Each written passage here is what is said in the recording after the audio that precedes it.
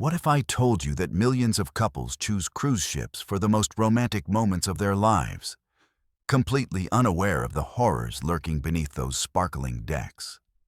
The global honeymoon tourism market is worth over $160 billion, with Caribbean, Mediterranean, and Alaska cruises being the most popular romantic getaways. But what happens when paradise turns into a nightmare? Tonight on Mr. Nightveil, we're exposing 10 disturbing true stories of honeymoon cruises gone terrifyingly wrong. Tales that will make you question everything about these floating cities of supposed romance. Subscribe now because these stories will change how you see cruise ships forever. My name is Bentley, and I'm a 28-year-old software engineer from Denver. What I'm about to tell you happened just 6 months ago on what was supposed to be the most magical week of my life. My wife Mila and I had been planning our honeymoon cruise for over a year, saving every penny we could to book the Symphony of the Seas, one of Royal Caribbean's largest ships. We chose the Western Caribbean itinerary, with stops in Cozumel and Jamaica. Mila had always dreamed of swimming in those crystal-clear waters, and I wanted nothing more than to make her happy. We booked a balcony suite on Deck 12, thinking the ocean views would be romantic. I never imagined that decision would change everything. The first day was absolutely perfect. We spent the morning exploring the ship, taking photos by the infinity pool, and enjoying the champagne service that came with our honeymoon package. Mila looked stunning in her new swimsuit, the one she'd bought specifically for this trip. She was so excited about everything. The specialty restaurants we'd booked, the shore excursions we'd planned, even the silly cruise activities like trivia night. That's just who she was, always finding joy in the smallest things.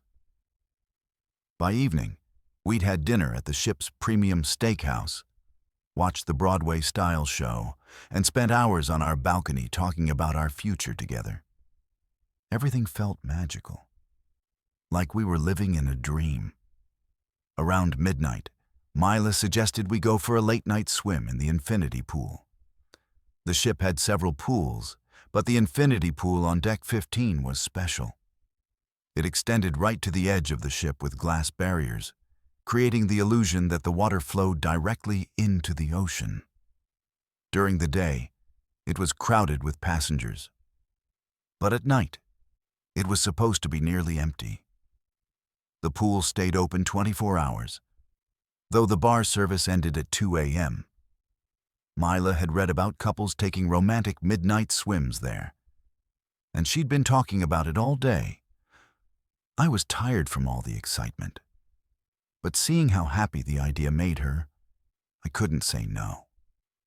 We grabbed our swimsuits and headed up to Deck 15. The infinity pool area was dimly lit with underwater LED lights that changed colors slowly from blue to purple to green. There were a few scattered lounge chairs, but we were completely alone. The ocean stretched endlessly around us, dark and mysterious under the starlit sky. Mila immediately went to the edge where the glass barrier met the water, marveling at how it felt like swimming at the edge of the world. She was laughing, calling me over to see how the lights reflected on the water's surface. I remember thinking how perfect this moment was. Just the two of us in this beautiful space, surrounded by nothing but ocean and stars. We swam for maybe 20 minutes, holding hands in the warm water, talking quietly about how grateful we were for this experience. I started feeling drowsy around 1 a.m. The combination of the day's excitement, the dinner wine, and the gentle rocking of the ship was making me incredibly sleepy. Mila noticed and suggested we head back to our cabin. But as we were getting out of the pool, she realized she'd left her new diamond earrings, a wedding gift from her grandmother, on the small table near the pool's edge. She told me to go ahead, that she'd grab them and follow me down in just a minute, I was so tired I could barely keep my eyes open. So I kissed her goodnight and headed back to our cabin. It was the last time I saw my wife alive. I woke up around 6 a.m. when sunlight started streaming through our balcony doors. The bed felt cold and empty beside me. At first, I assumed Mila had gotten up early to watch the sunrise. She loved mornings and had mentioned wanting to see the sun come up over the ocean. But when I checked the bathroom and our small balcony, she wasn't anywhere. I called her name, thinking maybe she'd gone to get coffee from the 24-hour cafe, but there was no response. Her earrings weren't on the nightstand where she usually put her jewelry, and her swimsuit was still damp in the bathroom where she'd left it. Panic started setting in around 7 a.m. when she still hadn't returned. I threw on clothes and ran back up to deck 15, hoping to find her at the infinity pool, maybe having fallen asleep on one of the lounge chairs. But the pool area was completely empty, already being cleaned by the morning crew. I asked the cleaning staff if they'd seen a woman with long blonde hair, but they'd only arrived at 6:30 a.m. and hadn't seen anyone. That's when I knew something was seriously wrong. Mila would never disappear without telling me, especially not on our honeymoon. I immediately contacted ship security, and within minutes, I was in the security office speaking with the head of security, Officer Zayden. He was professional but seemed almost dismissive at first, explaining that passengers sometimes get disoriented on large ships, that she'd probably gotten lost trying to find her way back to the cabin. But when I explained that she'd been at the infinity pool and showed him her damp swimsuit as proof, his demeanor changed completely. He started making phone calls, speaking in hushed tones to his staff, and within an hour, the entire ship was conducting a systematic search. The search was extensive and terrifying. Security personnel went through every deck, every restaurant, every lounge and entertainment area. They announced over the ship's intercom that they were conducting a routine safety drill. But I could see the concern in the crew members' faces. They checked all the security footage from the corridors, elevators, and public areas. But here's what still haunts me. They told me the security cameras around the infinity pool had been experiencing technical difficulties that night. The footage from 11 p.m. to 4 a.m. was completely corrupted, showing nothing but static. The timing seemed impossible, too convenient to be a coincidence. As the hours passed and the search yielded nothing, Officer Zayden began interviewing passengers who might have been in the area. That's when things became truly disturbing. 3 different passengers reported seeing a woman matching Mila's description around the infinity pool area between 1 and 2 a.m. But their stories didn't match what I knew had happened. One passenger, an elderly man who'd been having trouble sleeping, said he saw a blonde woman talking intensely with someone near the pool's edge, but he couldn't see who because of the dim lighting.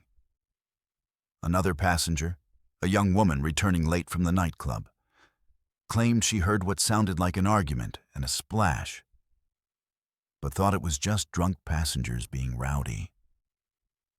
The most disturbing testimony came from a middle-aged couple who'd been on their balcony directly overlooking the infinity pool area. They reported seeing a woman who looked like Mila standing at the glass barrier, but she wasn't alone.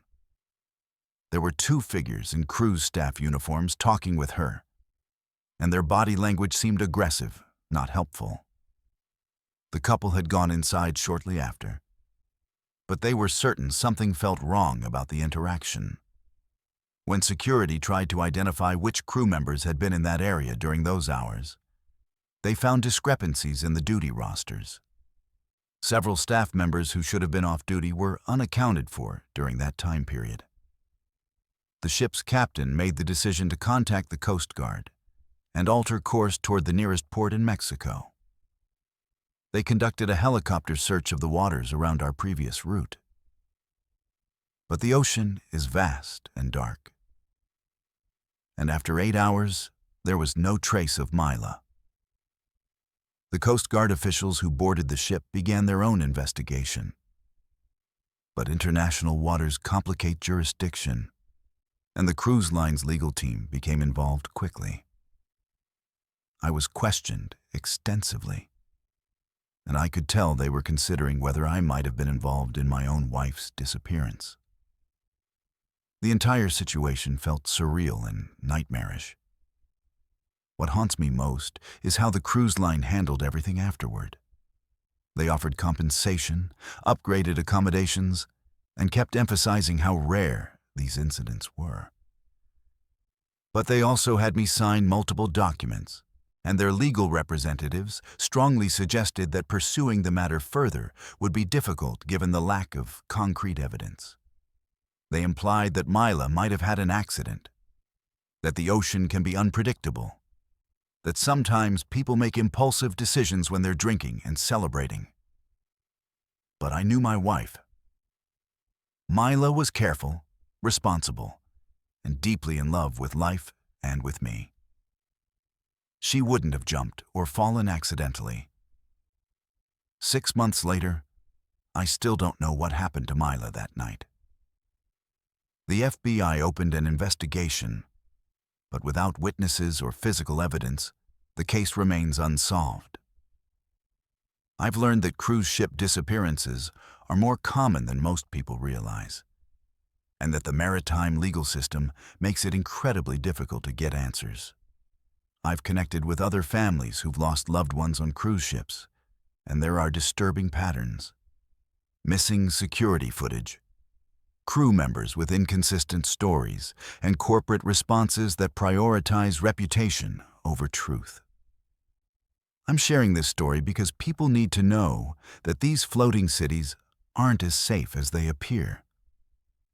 The ocean is vast and unforgiving, and when something goes wrong in international waters, getting justice becomes nearly impossible. Mila and I thought we were embarking on the adventure of a lifetime. But instead, I returned home alone, without my wife, without answers, and without any hope of ever knowing what really happened during those missing hours at the infinity pool. Every night, I dream about that pool, about the colored lights reflecting on the water, and about my wife's laughter echoing across the dark ocean.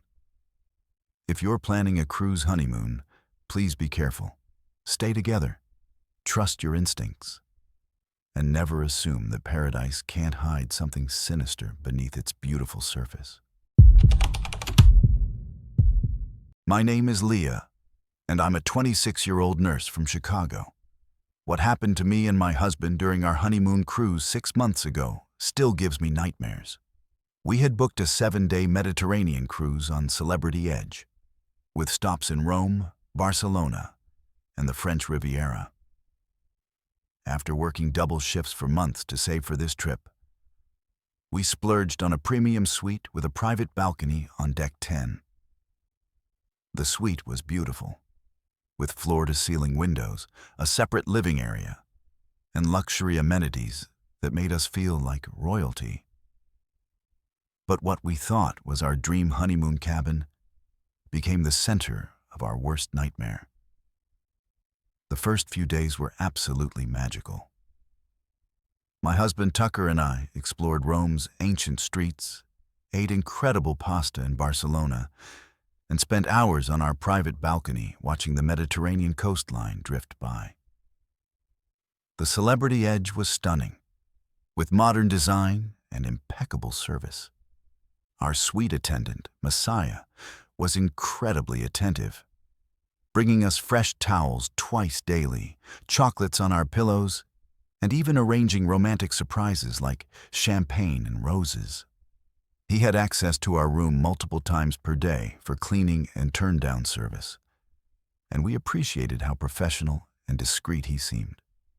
The cruise staff made us feel so special, constantly asking about our comfort and ensuring we had everything we needed for our honeymoon celebration. It was on our fourth day, while docked in Monaco, that I first noticed something felt wrong. We had spent the entire day exploring Monte Carlo and returned to our suite around 8 p.m., exhausted but happy.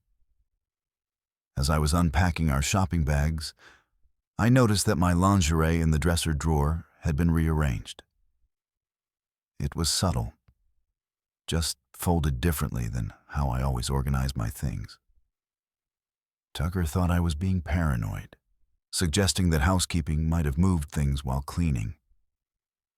But I'm obsessively organized, especially with my intimate clothing, and I knew something was off.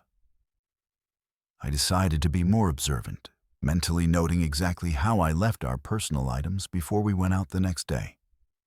The next morning, we left for our shore excursion in Nice, but I deliberately arranged our belongings in very specific ways.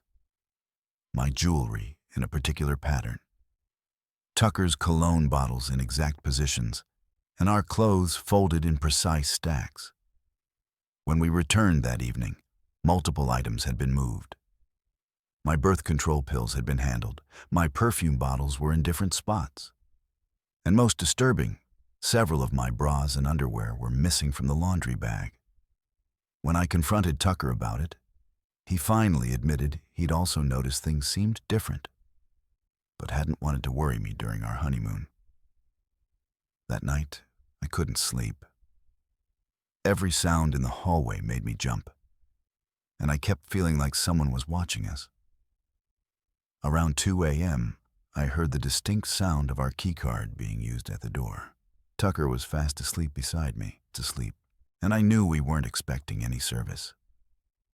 I pretended to be sleeping, but watched through barely opened eyes as a figure entered our suite using a crew member's master key. It was Messiah, our suite attendant, but he wasn't there for cleaning. He moved quietly through our room, spending several minutes going through my personal belongings, holding up my lingerie to examine it, and even taking photos with his phone. I was terrified and didn't know what to do. Tucker is a heavy sleeper, and I was afraid that if I woke him suddenly, Messiah might become violent or dangerous. So I continued pretending to sleep while watching this violation happen right in front of me. Messiah spent almost 20 minutes in our suite, going through our suitcases, taking more photos of my personal items, and even standing at the foot of our bed, watching us sleep. Before leaving, he took several pieces of my underwear and a silk nightgown that Tucker had bought me for our wedding night. The whole experience felt like the worst kind of violation, knowing that someone had been invading our privacy and stealing my most intimate belongings. The next morning, I told Tucker everything I had witnessed. He was furious and immediately wanted to confront Messiah, but I convinced him we needed to handle this properly through ship security. We documented everything we could remember: the missing items, the rearranged belongings, and the exact time of the midnight intrusion. We also took photos of our belongings as evidence of the ongoing tampering. When we reported the incident to guest services, they seemed shocked and promised a thorough investigation.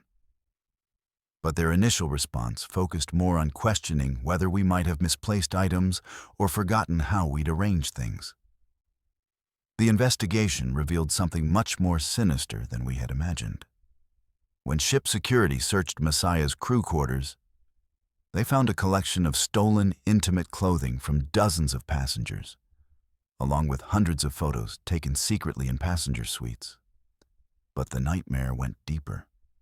They discovered a hidden camera network that Messiah and several other crew members had installed in premium suites throughout the ship. These cameras were hidden in air vents, behind mirrors, and even inside decorative fixtures, recording guests during their most private moments. Our suite had 3 hidden cameras that had been recording us since the day we boarded. The security investigation revealed that this wasn't just one rogue employee, but an organized operation involving multiple crew members. They had been targeting couples in premium suites, particularly honeymooners, for over 2 years.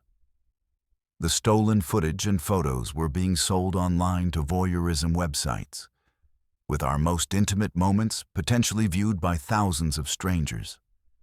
The crew members had perfected their system.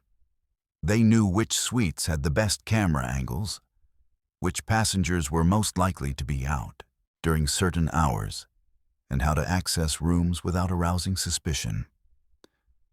They even had a rating system for the most attractive female passengers. What made everything worse was discovering how long this had been going on. The investigation found evidence of this operation on multiple celebrity cruises ships, suggesting it was a widespread problem that the cruise line had either ignored or failed to detect. Dozens of couples had been secretly filmed during their honeymoons, anniversaries, and other special celebrations, with their most private moments turned into commodities for online exploitation. The crew members had been sharing techniques and even trading footage between different ships in the fleet. The psychological impact of learning we had been watched and recorded during our most intimate moments was devastating. Every romantic moment we'd shared on our honeymoon had been violated and potentially distributed online. Tucker and I both struggled with feelings of anger, violation, and helplessness. We couldn't enjoy the rest of our cruise, spending our remaining days dealing with security interviews and trying to process what had happened. The ship's counseling services were inadequate for dealing with this level of trauma, and we felt completely abandoned by the cruise line's response. Celebrity Cruises offered us compensation and promised to strengthen their security protocols. But the legal remedies available were limited because the crimes occurred in international waters. The crew members involved were arrested when we reached our final port. But prosecuting crimes that happen on cruise ships is notoriously difficult due to jurisdictional complications. We were told that pursuing civil action would be complex and expensive, with no guarantee of success. The cruise line's legal team made it clear that they would fight any major lawsuit, regardless of the evidence. 6 months later, we're still dealing with the aftermath of our honeymoon nightmare. We've had to work with cybersecurity experts to try to find and remove our stolen footage from various websites. But it's nearly impossible to completely erase something once it's been distributed online. Tucker and I have started couples therapy to deal with the trust issues and trauma caused by this violation. We've also connected with other victims who experienced similar crimes on cruise ships. And we've learned that this type of exploitation is more common than most people realize. I'm sharing our story because passengers need to know that the luxury and privacy they think they're paying for on cruise ships may be an illusion. The crew members who have access to your rooms and personal belongings may not always have good intentions, and the surveillance systems designed to protect passengers can also be used to exploit them. We've learned to always check our accommodations for hidden cameras, to secure our personal belongings, and to trust our instincts when something feels wrong. The cruise industry markets itself as providing safe, luxurious experiences, but they often prioritize profits over passenger safety and privacy.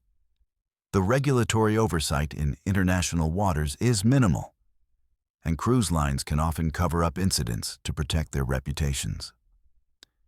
If you're planning a cruise honeymoon or any special celebration, please be aware that you may not have the privacy and security you expect.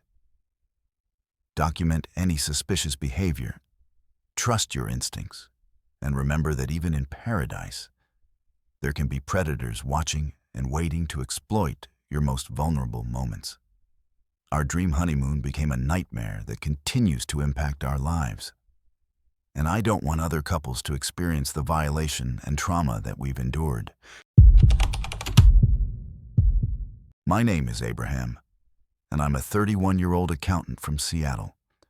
What I'm about to share happened during what should have been the most romantic week of my wife's and my life. We had booked a 5-day Bahamas cruise on the Norwegian Breakaway, choosing it specifically for its reputation for excellent dining and entertainment. My wife Kylie had been looking forward to this trip for months, especially the specialty restaurants she'd researched extensively. She's always been passionate about food and cooking, so experiencing fine dining at sea was her dream honeymoon activity. We splurged on the chef's table experience at Le Bistrot, the ship's French restaurant, for our second night aboard. It was supposed to be the highlight of our cruise, but instead, it became the beginning of our nightmare. The first day went perfectly. We explored Nassau, swam with dolphins, and spent the evening at the ship's main dining room, enjoying a beautiful sunset dinner. Kylie was glowing with happiness, constantly taking photos and talking about how perfect everything felt. She had packed her favorite dress for our special dinner at Le Bistrot, a navy blue cocktail dress that made her eyes sparkle. That night, we celebrated with champagne on our balcony, planning our shore excursions and talking about our future together. Kylie fell asleep in my arms, and I remember thinking how lucky I was to have found someone who brought so much joy to every moment. The next evening, we dressed up for our reservation at Le Bistrot. The restaurant was elegant, with dim lighting, crisp white tablecloths, and an impressive wine selection. Our sommelier, Adonis, was knowledgeable and charming, recommending wine pairings for each course. Kylie ordered the seafood tasting menu with wine pairings, while I chose the beef tenderloin. She was so excited, taking pictures of each beautifully presented dish and asking Adonis about the preparation methods. The evening felt magical. We were surrounded by other couples celebrating special occasions, the service was impeccable, and the food was extraordinary. Kylie particularly loved the lobster bisque and the chocolate soufflé dessert. About an hour after we returned to our cabin, Kylie started feeling unwell.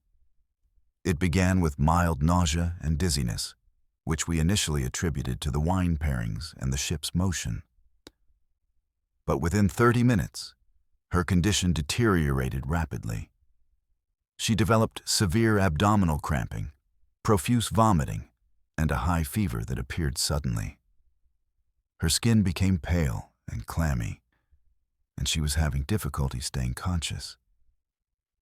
I had never seen her so sick, and it was terrifying how quickly she went from feeling fine to being seriously ill.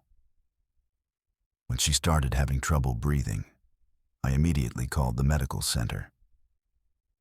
The ship's medical response was surprisingly slow.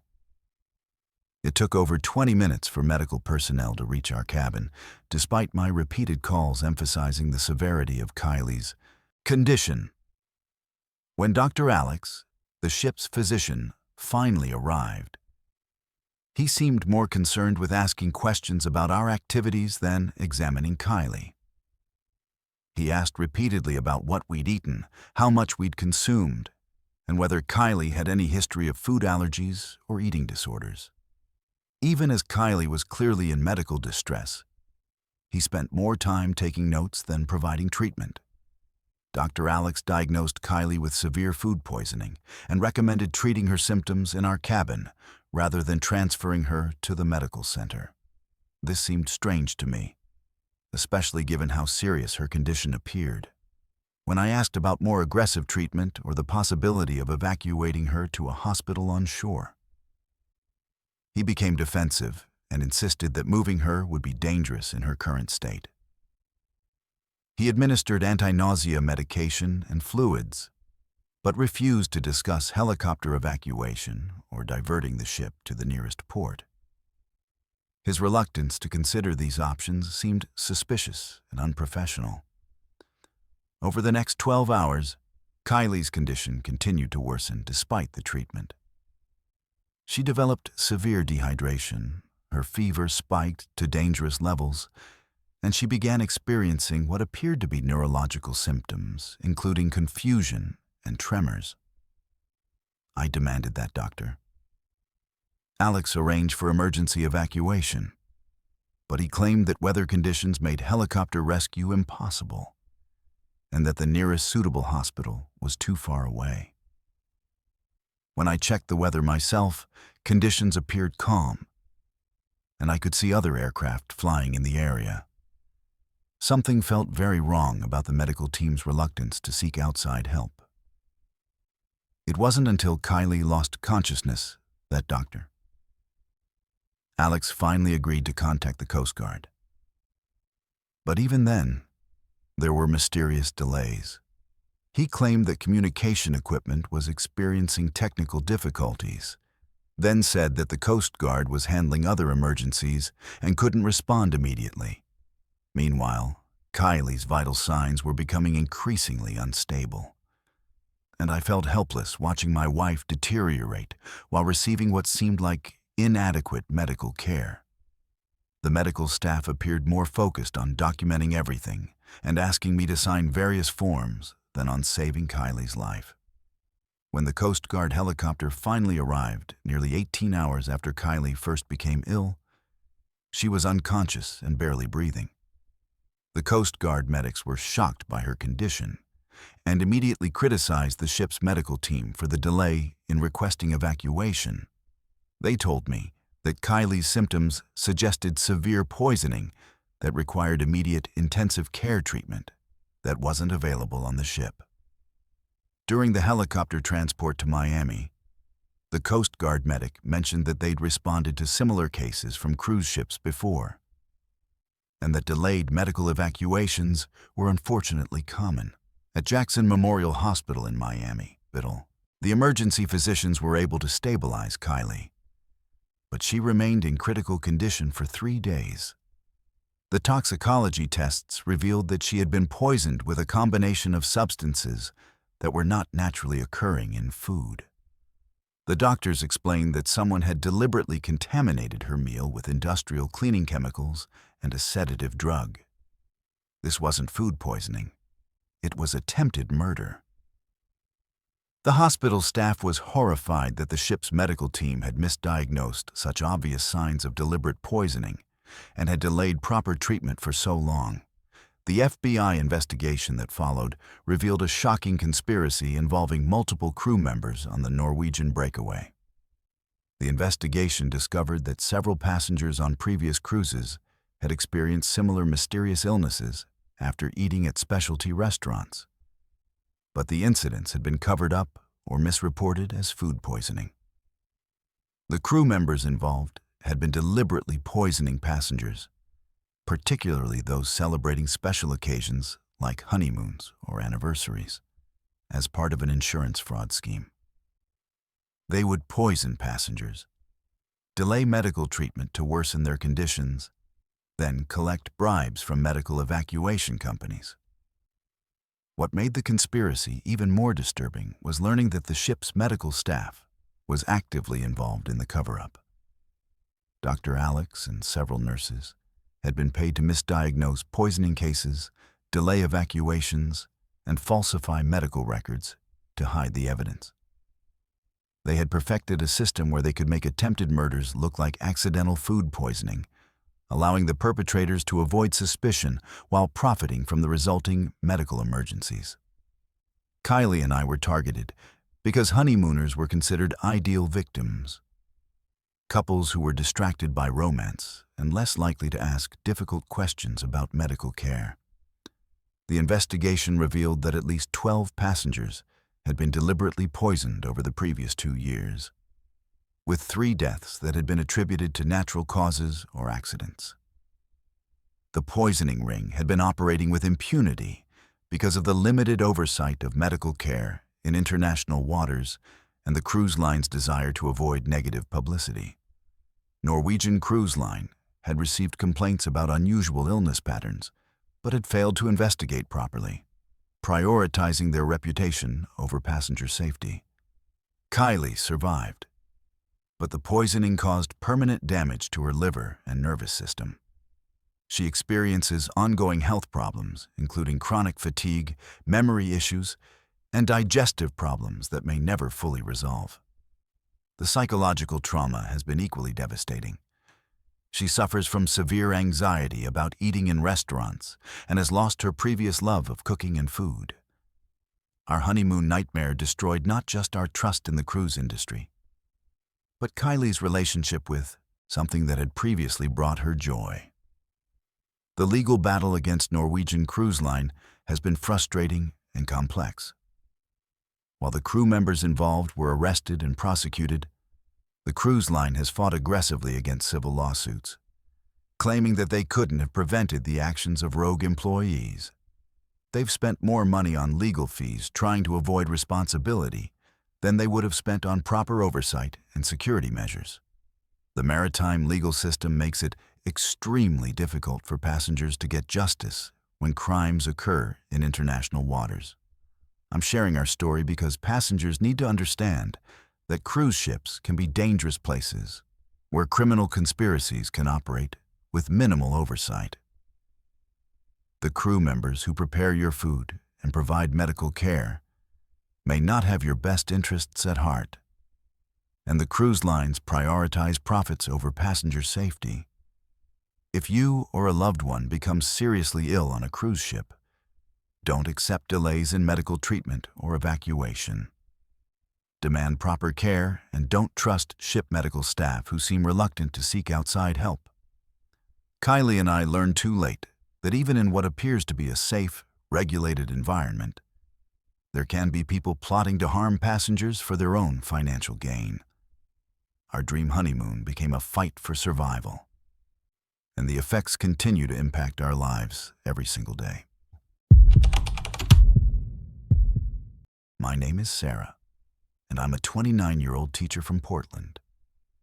What I'm about to tell you defies every rational explanation I can think of. And even 6 months later, I still don't have answers about what really happened to my husband and me during our Alaska honeymoon cruise.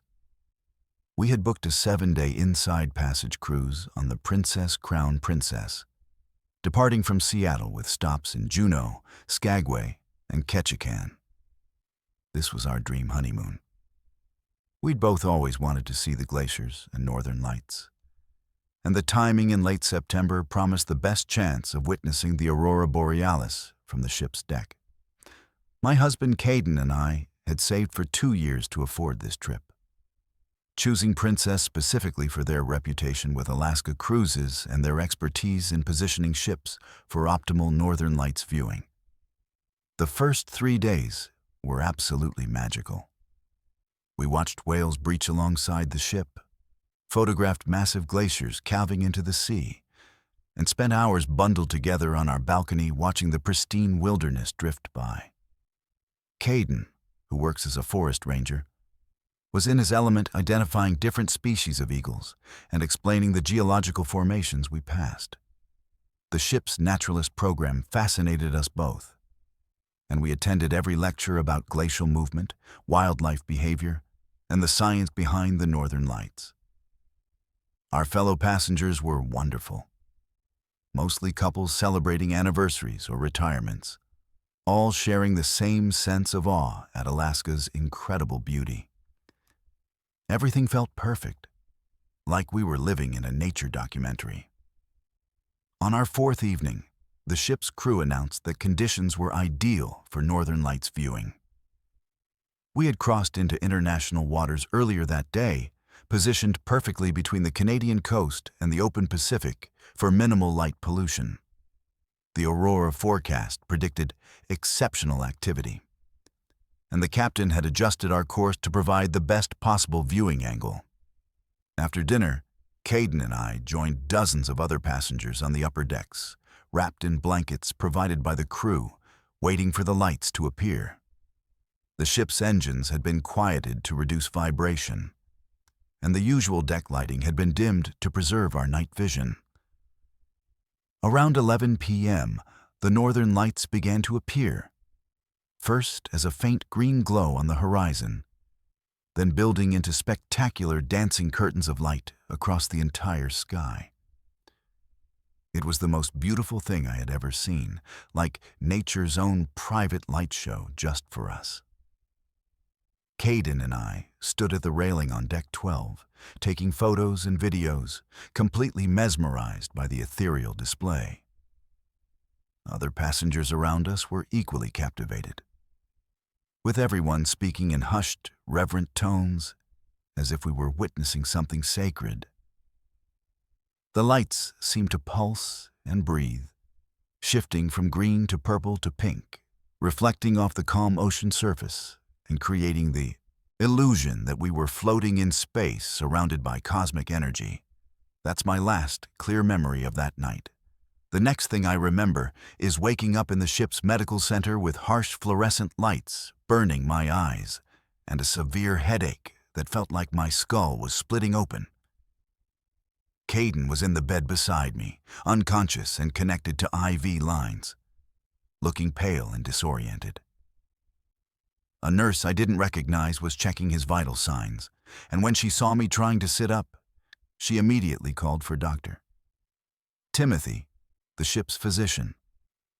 My mouth felt like cotton, my limbs were heavy and unresponsive, and I had no memory of how we'd gotten there or what had happened after we'd been watching the aurora. Dr. Timothy explained that Caden and I had been found unconscious on deck 12 around 6 a.m. by the morning cleaning crew. He said we appeared to have suffered from severe hypothermia and possible altitude sickness, despite the fact that we were at sea level and the overnight temperature had been relatively mild for Alaska in September. According to his medical report, we'd been exposed to the elements for approximately 6 hours, though neither of us had any memory of staying outside that long. Dr. Timothy seemed puzzled by our condition, mentioning that our symptoms didn't quite match typical hypothermia cases, and that our blood work showed some unusual anomalies he couldn't explain. When Caden finally regained consciousness several hours later, he was just as confused and disoriented as I was. He remembered the northern lights beginning to appear, remembered taking photos, but everything after that was a complete blank. We compared our last clear memories and discovered they were identical. Standing together at the railing around 11:15 p.m., watching the lights intensify. But somehow, we had lost nearly 7 hours with no recollection of what had happened during that time. Our phones were dead, despite being fully charged when we went outside, and strangely, all the photos and videos we'd taken of the aurora had been corrupted or deleted. As we started talking to other passengers who had been on deck that night, we discovered something disturbing. At least 12 other people reported similar memory gaps and missing time from the same night. A couple from Minnesota remembered watching the lights until around midnight, then waking up in their cabin the next afternoon with no memory of returning to their room. An elderly man from Texas found himself in a lifeboat storage area with no idea how he'd gotten there. A family from California discovered they had all been sleepwalking and were found by crew members in various locations throughout the ship, all with no memory of leaving their cabins. The ship's crew seemed evasive when we asked questions about the missing time. Dr. Timothy kept insisting that the Northern Lights viewing had ended around midnight and that all passengers had returned to their cabins normally. But the ship's photographer, who had been documenting the aurora display, claimed his equipment had malfunctioned and he had no photos from that night. The bridge crew reported no unusual incidents, yet several passengers mentioned hearing strange announcements over the ship's intercom system during the night, announcements that weren't logged in the ship's official communication records. What made everything more unsettling was discovering that the ship's GPS and navigation records showed irregularities for those missing hours. According to the official logs, the Princess Crown Princess had maintained a steady course through international waters. But several tech-savvy passengers who had been tracking our location on their phones noticed significant discrepancies. Their GPS data suggested the ship had deviated from its planned route, moving into deeper waters farther from the coast, before returning to the regular itinerary by morning. When questioned about this, the navigation officers insisted their equipment was functioning normally, and that any passenger GPS readings were unreliable due to satellite interference. The most disturbing discovery came when Caden and I found unusual marks on our arms. Small puncture wounds that looked like injection sites, accompanied by slight bruising. We hadn't noticed them initially because of our grogginess and the medical staff's focus on treating our apparent hypothermia. When we showed Dr. Timothy the marks, he claimed they were from the 4th lines he'd administered. But the locations didn't match where our medical IVs had been placed. Several other passengers who experienced memory loss also found similar unexplained marks on their bodies. As the cruise continued, we tried to piece together what might have happened during those lost hours. Some passengers theorized about alien abduction, pointing to the strange lights in the sky and the missing time as classic evidence of extraterrestrial contact. Others suggested we'd all been victims of some kind of experimental drug testing, possibly by government agencies taking advantage of being in international waters where normal legal protections don't apply. A few people wondered if the ship itself was involved in some kind of research project, using passengers as unknowing test subjects. The cruise line's response to our concerns was professionally dismissive. Princess Cruises acknowledged that several passengers had reported feeling unwell after the Northern Lights viewing, but attributed everything to a combination of altitude changes, cold exposure, and possibly some contaminated food or water. They offered medical consultations and minor compensation for our inconvenience, but insisted that no unusual incidents had occurred. Their medical staff suggested that group hysteria or mass suggestion might explain why multiple passengers had similar experiences and memory issues. When we returned to Seattle, Caden and I immediately sought medical attention from our own. Doctors' blood tests revealed traces of unknown substances in our system, compounds that our physicians couldn't identify and that didn't appear in any standard medical databases. We were referred to specialists who suggested the substances might be experimental pharmaceuticals or research chemicals, but without knowing exactly what we'd been exposed to, they couldn't predict any long-term effects or recommend specific treatments. 6 months later, both Caden and I still experience ongoing health issues that started after that cruise. We suffer from periodic memory problems, unexplained fatigue, and vivid nightmares featuring bright lights and shadowy figures. We've connected with other passengers from that cruise through online forums, and many report similar lingering symptoms. Some have undergone extensive medical testing, but no one has found definitive answers about what happened to us during those missing hours in international waters. I'm sharing our story because I believe passengers have a right to know that something unexplained and potentially dangerous occurred on the Princess Crown Princess during our Alaska cruise. Whether we were victims of an experimental research project, some kind of military operation, or something even more sinister, we deserve answers. The cruise industry operates with minimal oversight in international waters, and passengers can become vulnerable to activities that would never be permitted on land. Our dream honeymoon became a nightmare of missing time and unanswered questions, and the effects continue to impact our lives in ways we're still discovering. If you're planning an Alaska cruise, be aware that the isolation and legal ambiguity of international waters can create opportunities for experiences that go far beyond what you signed up for when you booked your vacation. My name is Knox, and I'm a 27-year-old mechanic from Phoenix. What I'm about to tell you happened during what was supposed to be the most romantic vacation of my life, but instead became a nightmare that still haunts me 6 months later. My wife Reese and I had booked a 7-day Eastern Caribbean cruise on the Carnival Vista, departing from Miami with stops in Cozumel, Belize, and Jamaica. We'd chosen an interior cabin to save money, figuring we'd spend most of our time exploring the islands and enjoying the ship's activities. Our cabin was on Deck 6, and we were excited about being close to the main dining areas and entertainment venues. What we didn't expect was that our location would put us right next to something that would change our lives forever.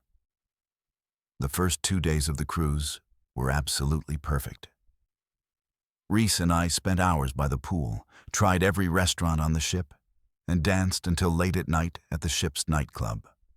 She looked beautiful in her new sundresses, and I loved watching her excitement as she tried activities she'd never done before, like rock climbing and mini golf. We took hundreds of photos together, laughing and enjoying our first vacation as a married couple. Our cabin felt cozy rather than cramped, and we joked about how we'd rather spend time exploring than sitting in our room anyway. The ship's staff was friendly. Our neighbors seemed like typical cruise passengers, and everything felt exactly like the romantic getaway we'd been planning. It was on our third night, while we were getting ready for the formal dinner, that we first heard the strange sounds coming through the wall that separated our cabin from the one next door. At first, it sounded like muffled conversation, or maybe the television turned up too loud. Reese suggested we ignore it, saying cruise ship walls were notoriously thin, and we'd probably hear our neighbors throughout the week. But as we continued getting dressed, the sounds became more distinct and disturbing.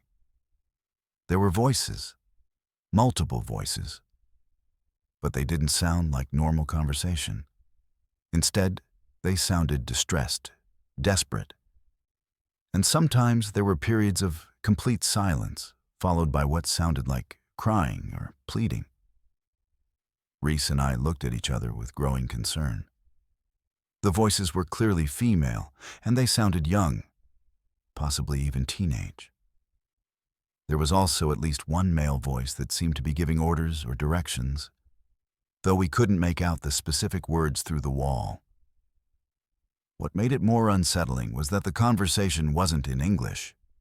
It sounded like Spanish or maybe another language we couldn't identify.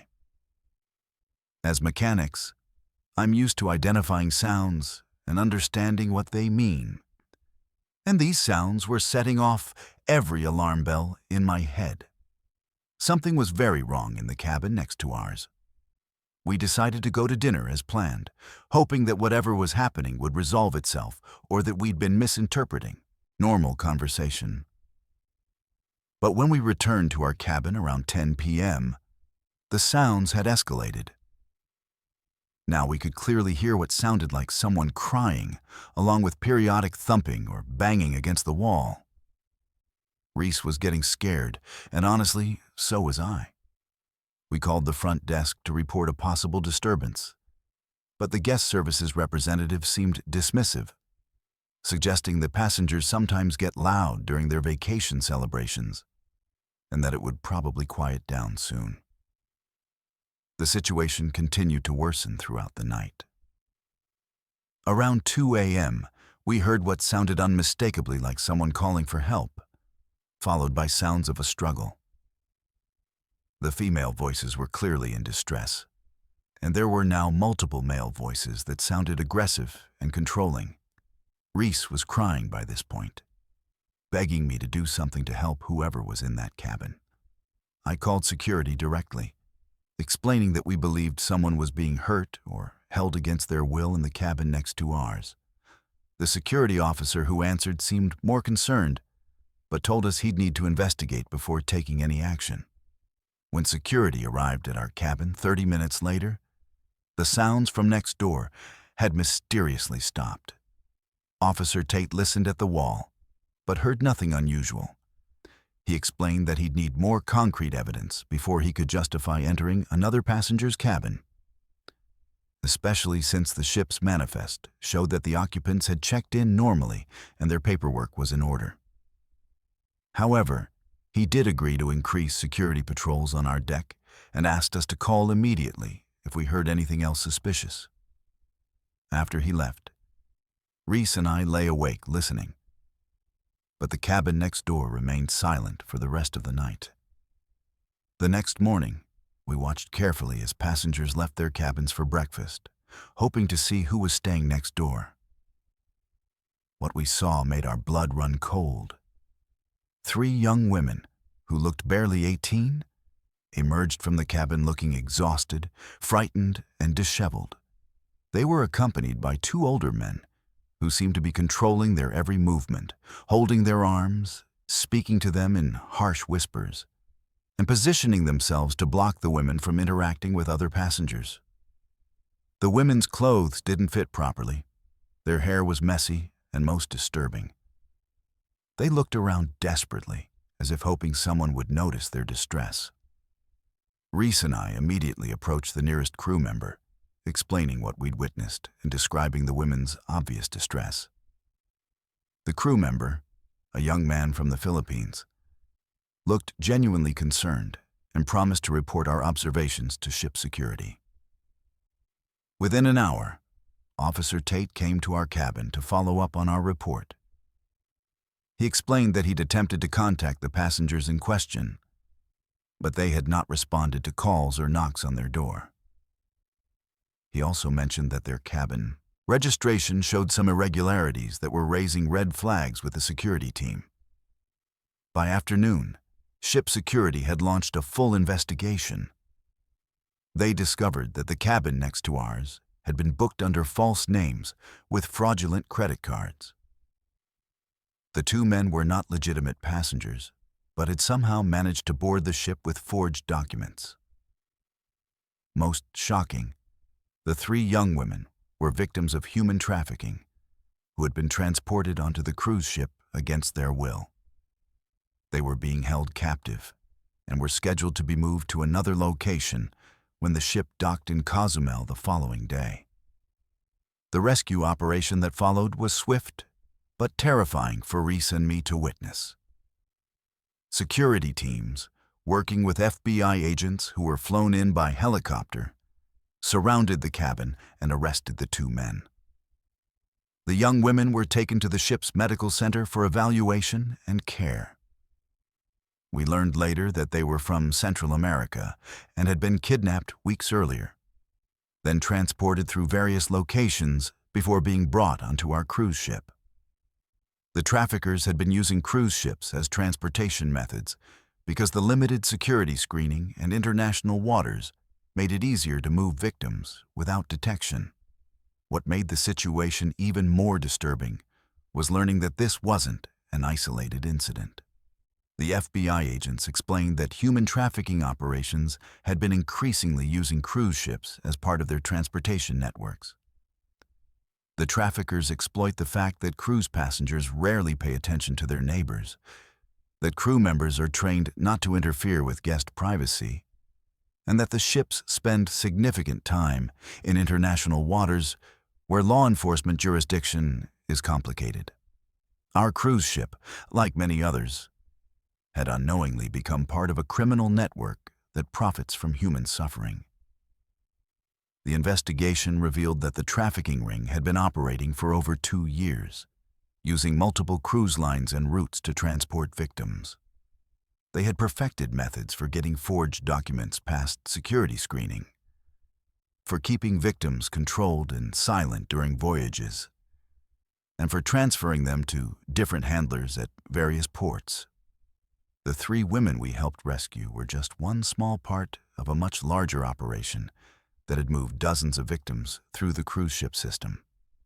Most disturbing, the investigation suggested that many other passengers had probably heard similar disturbances, but had chosen not to report them or had been dismissed by crew members who weren't trained to recognize signs of trafficking. Reese and I spent the rest of our cruise working with FBI agents, providing statements and trying to process what we'd witnessed.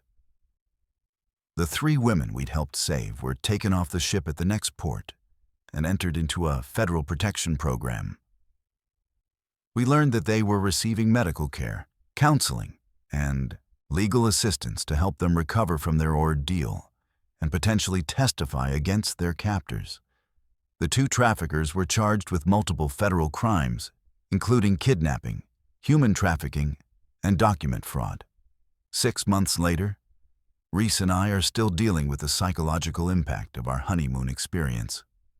We've both had nightmares about what might have happened if we hadn't spoken up, and we've struggled with survivor's guilt knowing that there are probably other victims we couldn't help. We've also become advocates for cruise passenger awareness, speaking with travel groups and law enforcement about the signs of human trafficking and the importance of reporting suspicious activities. The cruise industry has been slow to acknowledge the scope of this problem. But passenger awareness and willingness to speak up can make the difference between life and death for trafficking victims.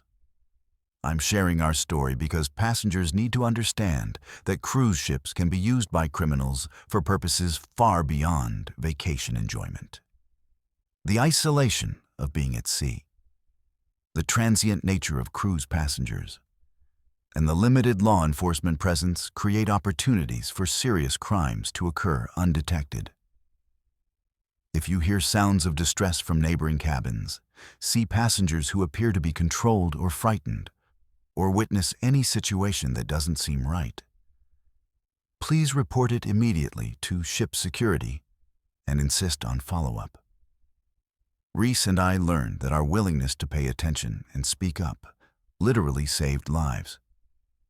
And other passengers need to understand that they might be the only hope for someone in desperate need of help. My name is Annie, and I'm a 25-year-old graphic designer from San Diego. What happened to my husband and me during our honeymoon cruise 6 months ago changed everything I thought I knew about safety and security on cruise ships. We had booked a week-long Caribbean cruise on the MSC Seaside, departing from Miami with stops in Jamaica, the Cayman Islands, and Cozumel.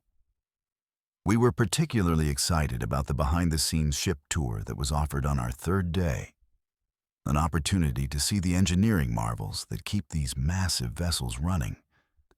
My husband, Caden, works as an industrial engineer, and we both love learning about how complex systems operate.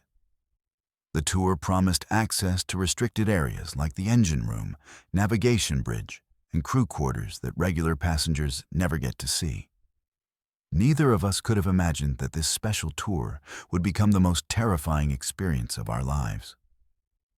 The first 2 days of our cruise were absolutely magical. Caden and I spent our time exploring the ship's amenities, trying different restaurants, and enjoying the beautiful Caribbean weather from our balcony cabin. The MSC Seaside is an impressive vessel with cutting-edge technology and luxurious accommodations that made us feel like we were staying in a floating resort. We met other honeymooners and made friends with passengers from around the world, all sharing in the excitement of being on such an incredible ship. The crew was professional and friendly, constantly ensuring that passengers were comfortable and safe. Everything felt perfectly organized and secure, which made us even more excited about getting an exclusive look at how everything worked behind the scenes. On the morning of our third day, we joined 12 other passengers for the behind-the-scenes tour, led by Chief Engineer Aiden and Safety Officer Nico. The tour began in areas that were impressive, but not particularly restricted: the ship's theater rigging, commercial kitchens, and laundry facilities. Caden was fascinated by the logistics of feeding and caring for over 4,000 passengers and crew members, while I was amazed by the scale of operations required to keep everything running smoothly. Chief Engineer Aiden was knowledgeable and engaging, explaining the environmental systems, water purification processes, and waste management with enthusiasm. Everything seemed perfectly normal and educational as we moved through these areas, taking photos and asking questions about the ship's operations. The atmosphere changed when we reached the engine room level. This was the restricted area that required special security clearances and safety equipment, including hard hats, safety glasses, and communication devices in case we became separated from the group. The engine room itself was incredibly loud and hot, filled with massive diesel engines, generators, and mechanical systems that powered the entire ship. Chief Engineer Aiden explained the redundant safety, systems, and emergency procedures while we walked along elevated catwalks above the machinery. Caden was completely absorbed in understanding the engineering, asking detailed technical questions about power generation and propulsion systems. I was taking photos of the impressive industrial equipment when I noticed something that made my blood run cold. Caden had been walking slightly ahead of me, listening intently to Chief Engineer Aiden's explanation of the engine monitoring systems, when he leaned over a safety railing to get a better look at some equipment below. The railing, which should have been securely fastened, suddenly gave way under his weight. I watched in horror as my husband fell approximately 15 feet onto a steel platform below, landing hard on his back and head. The sound of his impact was sickening, and he immediately stopped moving. I screamed for help while trying to figure out how to reach him. But the engine room's layout made it impossible for me to climb down to where he was lying motionless. What happened next still haunts me. Instead of immediately calling for medical assistance or initiating emergency procedures, Chief Engineer Aiden and Safety Officer Nico seemed more concerned with controlling the situation and managing the other tour participants. They quickly ushered the rest of our group away from the area, claiming that they needed to clear the space for safety reasons. When I refused to leave without Caden, they insisted that I was putting myself and others at risk by staying near the accident site. They promised that medical personnel were on their way and that Caden would receive the best possible care. But they needed me to cooperate by following their instructions. It took over 30 minutes for medical personnel to reach Caden in the engine room. Despite the fact that the ship supposedly had emergency response teams stationed throughout the vessel. When they finally arrived, they seemed surprisingly unprepared for the severity of his injuries. Instead of using proper spinal immobilization techniques that would be standard for a fall of that distance, they moved Caden roughly and quickly, appearing more concerned with getting him out of the engine room than providing appropriate medical care. I tried to accompany Caden to the medical center, but Safety Officer Nico insisted that I needed to complete paperwork and answer questions about the accident before I could see my husband. The questions I was asked were bizarre and suspicious. Instead of focusing on what had happened during the fall or Caden's immediate medical needs, Safety Officer Nico seemed obsessed with getting me to sign documents acknowledging that accidents can happen during ship tours and that MSC cruises couldn't be held responsible for passenger injuries in restricted areas. He repeatedly emphasized that Caden had been warned about safety protocols and that his fall was due to his own negligence in leaning over the railing. When I pointed out that the railing had clearly been defective or improperly installed, he became defensive and suggested that I was too emotional to accurately remember what had happened. When I was finally allowed to see Caden in the ship's medical center 2 hours after his fall, I was shocked by what I found. He was conscious, but clearly suffering from a serious head injury, showing signs of confusion and memory loss. More disturbing, the medical staff seemed to be minimizing the severity of his condition. Dr. Victor claimed that Caden had only suffered minor bruises and a mild concussion, despite the fact that he couldn't remember the accident or our conversation from earlier that morning. When I requested that Caden be evacuated to a hospital for proper neurological evaluation, Doctor Victor insisted that such measures were unnecessary and that Caden would recover completely with rest. Over the next 24 hours, Caden's condition fluctuated in ways that terrified me. He would have periods of clarity, followed by episodes of severe confusion and disorientation. He complained of intense headaches and nausea, classic symptoms of traumatic brain injury that the ship's medical staff continued to dismiss. Most frightening, he began having seizures that Dr. Victor claimed were panic attacks, despite the obvious neurological symptoms. I demanded repeatedly that the ship arrange for helicopter evacuation or divert to the nearest port with a proper hospital. But my requests were denied, with various excuses about weather conditions, helicopter availability, and medical protocols. It wasn't until other passengers began asking questions about Caden's accident that the ship's administration seemed to take the situation seriously. Word had spread among the tour participants about the defective railing and Caden's serious fall. And several passengers had begun questioning why proper safety inspections weren't conducted before allowing tourists into restricted areas. Some passengers had engineering backgrounds and pointed out that the railing failures suggested systemic maintenance problems that could affect the entire ship's safety. The negative attention finally forced the ship's officers to arrange for Caden's evacuation when we reached Grand Cayman. At the hospital in Grand Cayman, doctors immediately identified the severity of Caden's injuries. CT scans revealed significant brain swelling and bleeding that required emergency surgery. The neurologist was appalled that Caden hadn't received proper treatment immediately after his fall, explaining that the delay in appropriate medical care had worsened his condition significantly. Caden underwent 3 surgeries during our extended stay in Grand Cayman, fighting for his life while I watched helplessly from his bedside.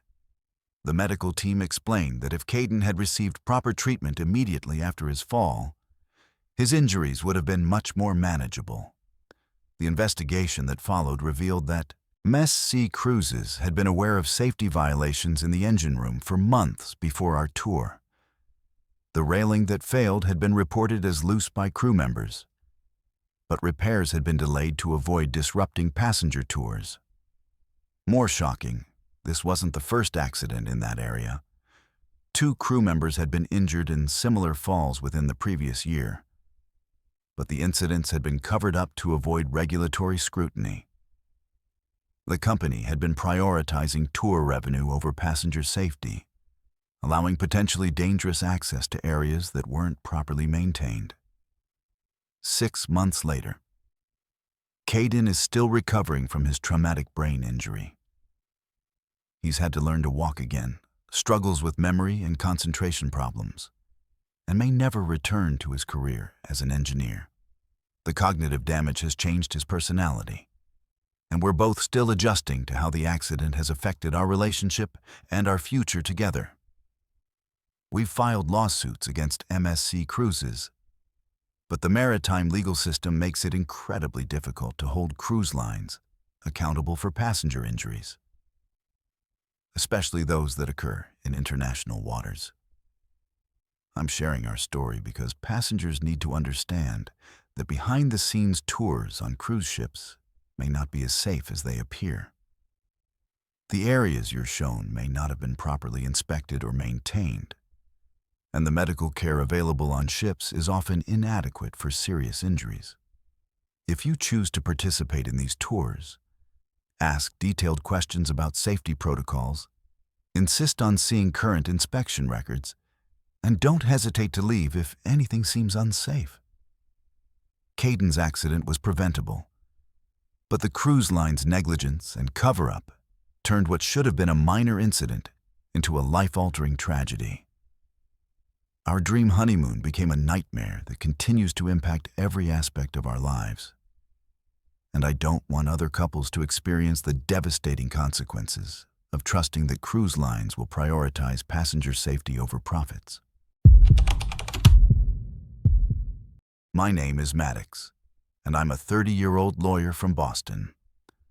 What I'm about to tell you happened during what should have been the most romantic 2 weeks of my life, but instead became a surreal nightmare that continues to haunt my wife and me 6 months later.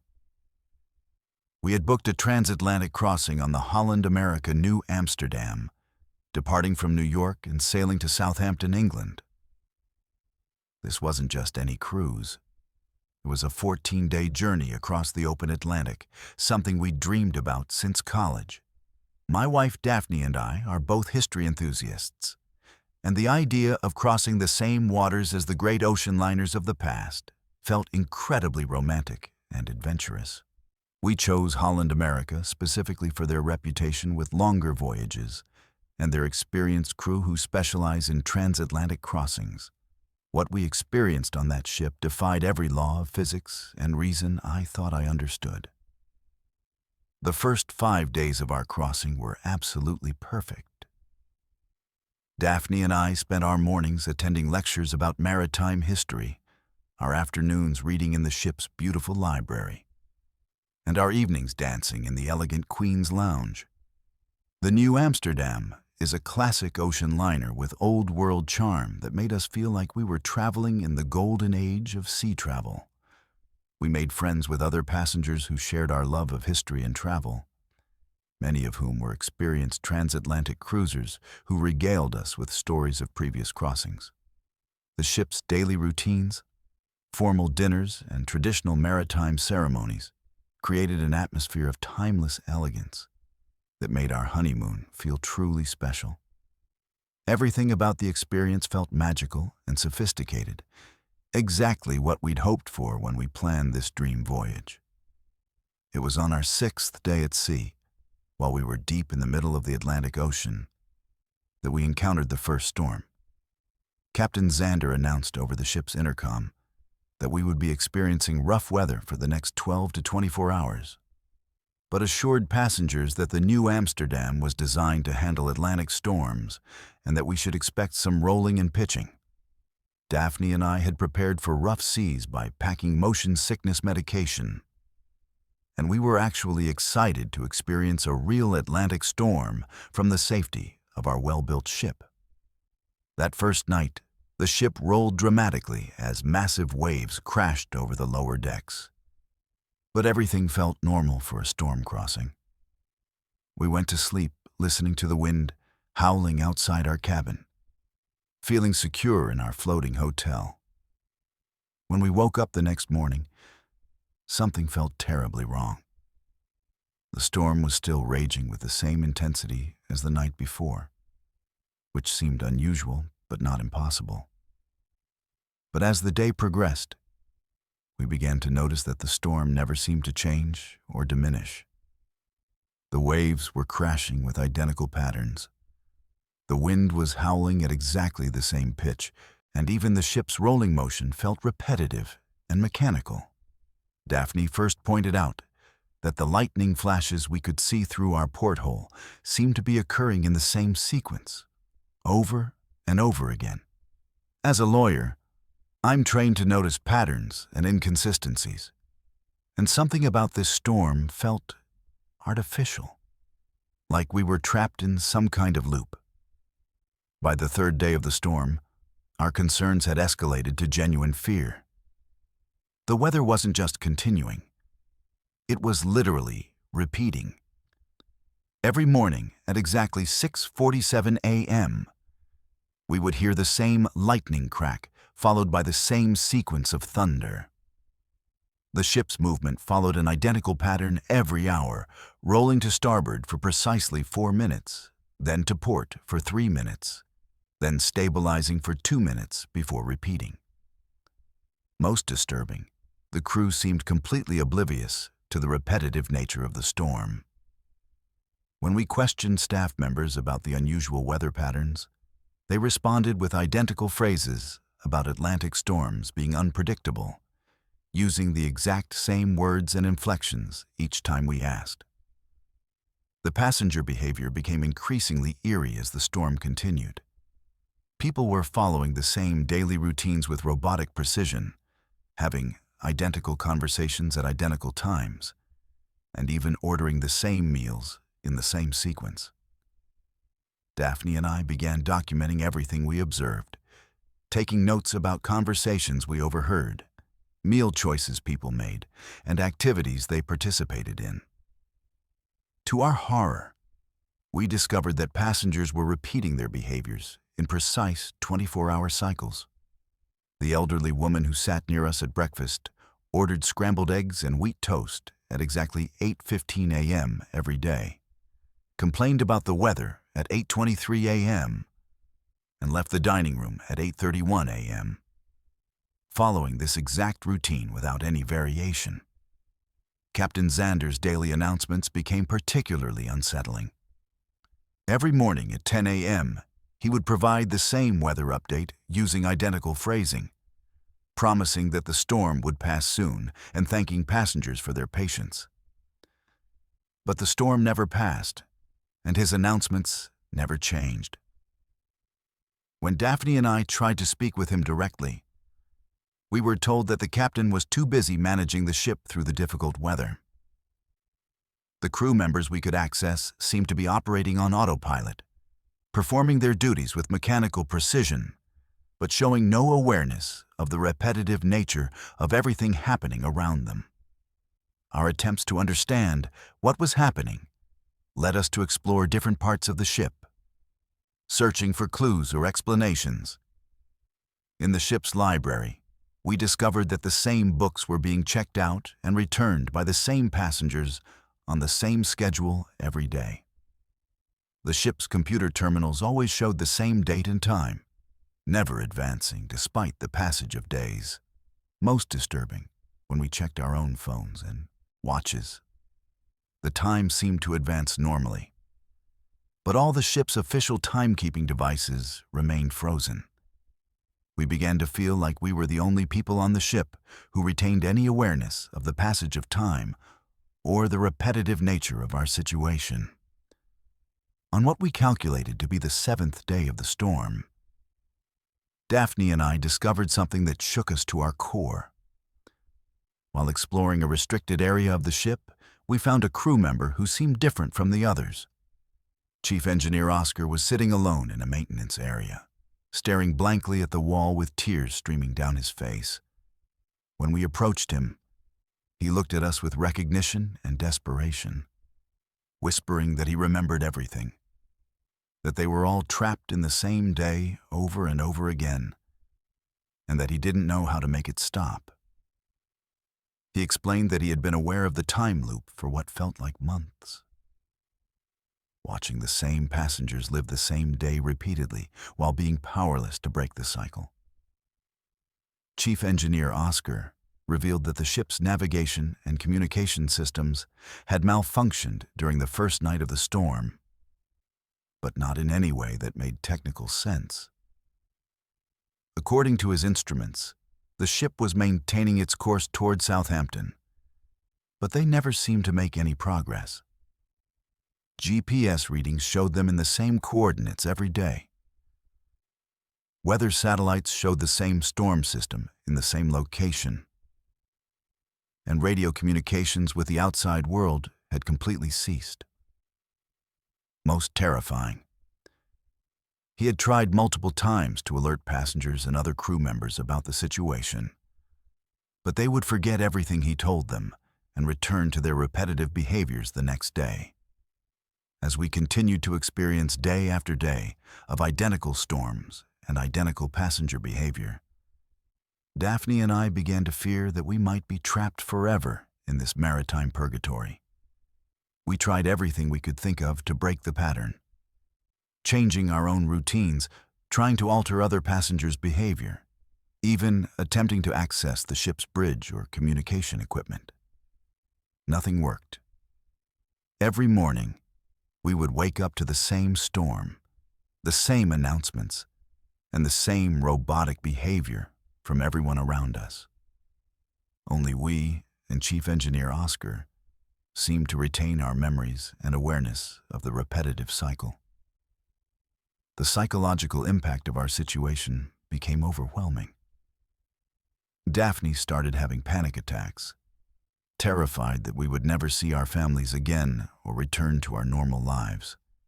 I became obsessed with finding logical explanations, researching everything I could about maritime anomalies, electromagnetic interference, and psychological phenomena that might explain our experience.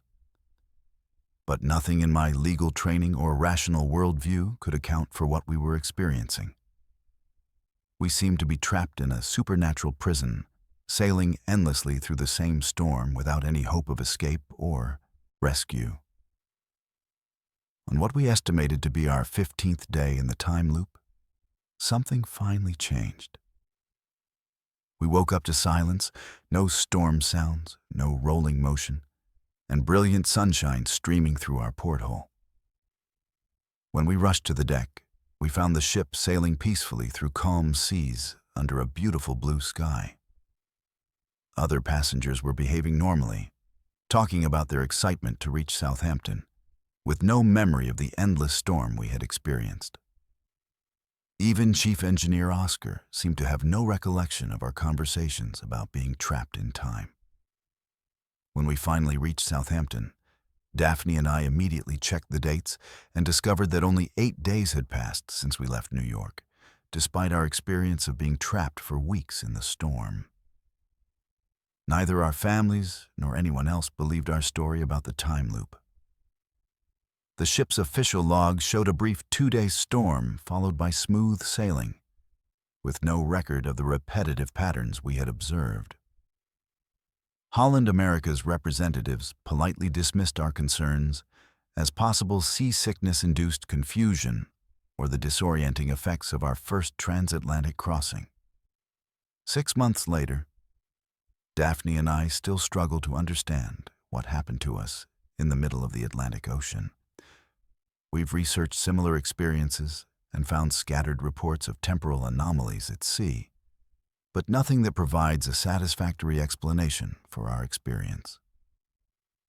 We've both had to seek therapy to deal with the psychological impact of feeling trapped in time and questioning our own sanity. Our dream honeymoon became a nightmare that challenges everything we thought we knew about reality, time, and the nature of existence itself.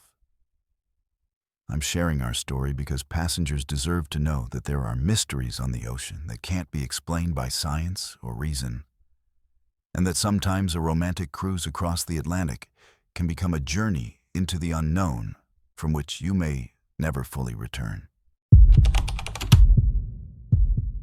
My name is Adeline, and I'm a 28-year-old marketing manager from Miami. What happened to my husband and me during our honeymoon cruise last year still makes me question everything I thought I knew about privacy, technology, and the dark side of the travel industry. We had booked a 7-day Caribbean cruise on the Virgin Voyages Scarlet Lady, specifically choosing this new cruise line because of their reputation for innovation, modern amenities, and adult-only atmosphere. My husband, Coulter, is a photographer who specializes in event and portrait photography. So we were particularly excited about the ship's extensive photo opportunities and the professional photo packages they offered. The Scarlet Lady was marketed as the perfect cruise for millennials who wanted luxury without the traditional cruise experience. And everything about it seemed cutting-edge and sophisticated. Neither of us could have imagined that this modern marvel would become the setting for our most violating and traumatic experience. The first few days of our cruise were absolutely incredible. Coulter and I spent our time exploring the ship's unique design, trying the innovative restaurants, and participating in activities that felt more like an exclusive resort than a traditional cruise. The Scarlet Lady's photography services were particularly impressive, with professional photographers stationed throughout the ship, offering to capture couples' romantic moments against stunning backdrops. We participated in several photo shoots, sunset sessions on deck, elegant portraits in the ship's art galleries, and even underwater photography sessions in the ship's multiple pools. The photographers were skilled and professional, making us feel like celebrities as they captured our honeymoon memories. Everything felt perfectly orchestrated and luxurious, exactly what we'd hoped for when we chose Virgin Voyages for our special celebration. It was on our 4th day, while we were getting ready for dinner in our terrace suite, that we first noticed something that made us uncomfortable. Coulter had left his professional camera equipment in our cabin while we went to the spa, and when we returned, he noticed that someone had moved his camera bag and handled his equipment. As a professional photographer, Coulter is extremely particular about how his gear is organized, and he immediately noticed that lenses had been switched between cases and that his camera's memory card had been accessed. Initially, we thought maybe housekeeping had accidentally disturbed his equipment while cleaning. But Coulter checked his camera's internal memory and discovered that someone had been scrolling through our personal photos. Images we had taken of ourselves in our cabin, including intimate moments we had captured for our own private memories. The violation felt immediate and disgusting, but we tried to rationalize it as an accident or misunderstanding. However, over the next 24 hours, we began noticing other signs that our privacy was being invaded. Items in our luggage had been subtly rearranged. Our laptop showed signs of being accessed while we were out of the cabin. And most disturbing, we found what appeared to be a tiny camera lens hidden in the decorative lighting fixture above our bed. Coulter's professional eye for photography equipment allowed him to identify what looked like a miniaturized recording device that had been cleverly concealed among the cabin's modern design elements. The discovery made us feel sick and violated, realizing that our most intimate moments as newlyweds had potentially been recorded without our knowledge or consent. We immediately contacted guest services to report what we had found, but their response was dismissive and concerning. The guest relations manager, Ariana, insisted that Virgin Voyages takes passenger privacy very seriously and that what we had found was likely just part of the cabin's standard lighting system. When Coulter offered to show her his professional analysis of the equipment we discovered, she became evasive and suggested that we might be mistaking normal cabin features for something sinister. She promised to have maintenance inspect our cabin. But instead of sending technicians, they moved us to a different suite and claimed that the original cabin needed to be taken out of service for unrelated maintenance issues. The entire interaction felt like a cover-up rather than a genuine investigation. Our suspicions were confirmed when we started paying closer attention to the ship's photography services and the behavior of the professional photographers we had worked with earlier in the cruise. The photographer who had conducted our sunset session, Joel, seemed to have an unusual knowledge of our daily routines and activities, mentioning details about our cabin conversations and private plans that we had never shared with him. When Coulter struck up a professional conversation with Joel about photography equipment and techniques, Joel became nervous and evasive, particularly when asked about the ship's photo storage and processing systems. His answers about how passenger photos were handled and secured were inconsistent and raised more red flags about the entire photography operation. The horrifying truth began to emerge when Coulter decided to investigate the ship's photography systems more thoroughly.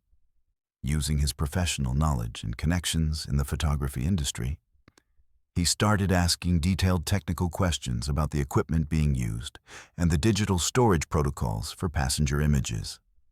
What he discovered was that the ship's photography operation was far more extensive and invasive than what was advertised to passengers. Hidden cameras had been installed throughout the ship in locations where passengers believed they had privacy. In spa changing areas, private balconies, and even inside passenger cabins. The professional photographers weren't just capturing posed shots. They were part of an organized operation that was secretly recording passengers during their most vulnerable and intimate moments. The scope of the violation became clear when we found evidence that our personal photos, including intimate images we had taken of ourselves, had been uploaded to external servers and were being distributed through underground networks that specialize in non-consensual intimate imagery. Coulter's technical investigation revealed that the ship's photo processing systems were connected to external databases, where passenger images were being categorized, enhanced, and sold to voyeurism websites. The operation was sophisticated and organized, with crew members specifically targeting attractive couples, honeymooners, and solo travelers who were likely to engage in activities that would produce valuable content for these illegal markets. What made the situation even more disturbing was learning that this wasn't limited to our crews or even our ship. Coulter's investigation, assisted by cybersecurity experts we contacted via satellite internet, revealed that multiple Virgin Voyages cruises had been involved in systematic passenger exploitation. The photography operation was being used as a cover for widespread surveillance and non-consensual image capture, with crew members specifically trained to identify and target passengers who would generate the most valuable content. The company's modern, tech-forward image was being used to disguise sophisticated surveillance equipment and data collection systems that violated every principle of passenger privacy and consent. The legal and personal battle that followed our discovery has been exhausting and emotionally devastating. Virgin Voyages' legal team immediately went into damage control mode, offering us financial settlements in exchange for non-disclosure agreements, while simultaneously denying any wrongdoing or knowledge of the surveillance operation. They claimed that any privacy violations were the result of rogue employees acting without company knowledge.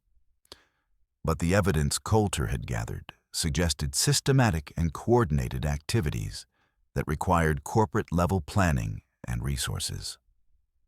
The cruise industry's legal protections and the complexities of maritime law made it extremely difficult to pursue justice or hold the company accountable for the violation of our privacy.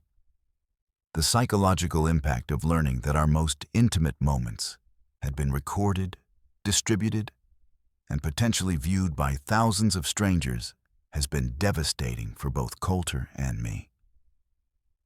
We've had to work with cybersecurity experts to try to remove our images from various websites. But the nature of the internet makes it nearly impossible to completely erase content once it has been distributed.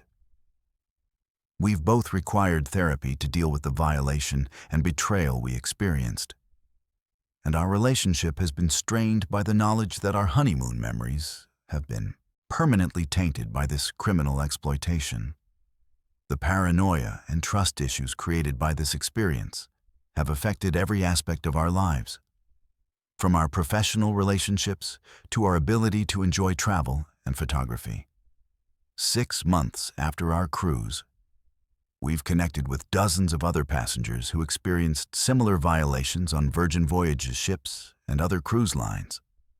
The pattern of surveillance, non-consensual recording, and image distribution appears to be widespread throughout the cruise industry, with companies either actively participating in these operations or willfully ignoring them to protect their reputations and profits. Many victims are reluctant to come forward because of the intimate nature of the violations and the legal challenges involved in pursuing justice against maritime corporations. I'm sharing our story because passengers have a right to know that the privacy and security they expect during their vacations may be nothing more than an illusion. The cruise industry's marketing promises of luxury and discretion can mask sophisticated surveillance operations that exploit passengers for profit. Modern cruise ships are equipped with extensive camera systems and digital infrastructure that can be used for legitimate security purposes or criminal exploitation, and passengers have very little ability to distinguish between the two. The legal protections available to passengers are limited, especially in international waters, and cruise companies have extensive resources to fight any attempts to hold them accountable for privacy violations.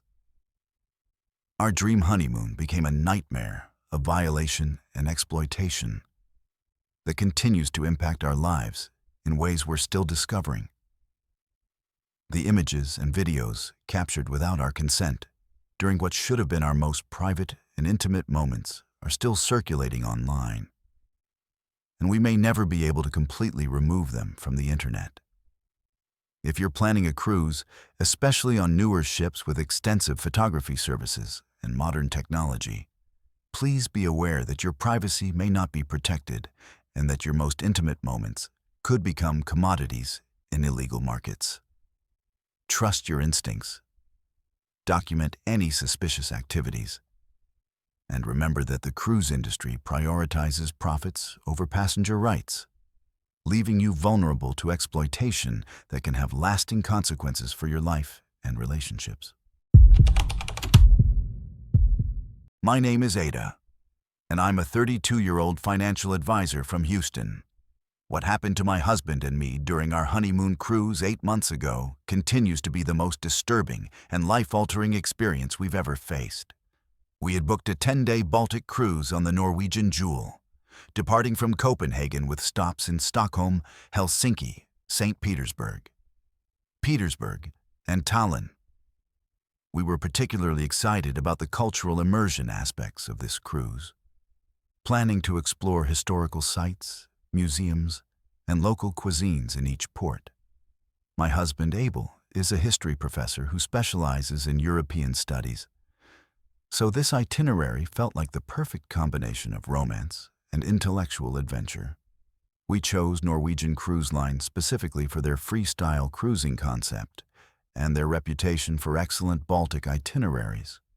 What we discovered about the ship's crew and the criminal network operating within it has forever changed how we view the cruise industry and our own safety while traveling.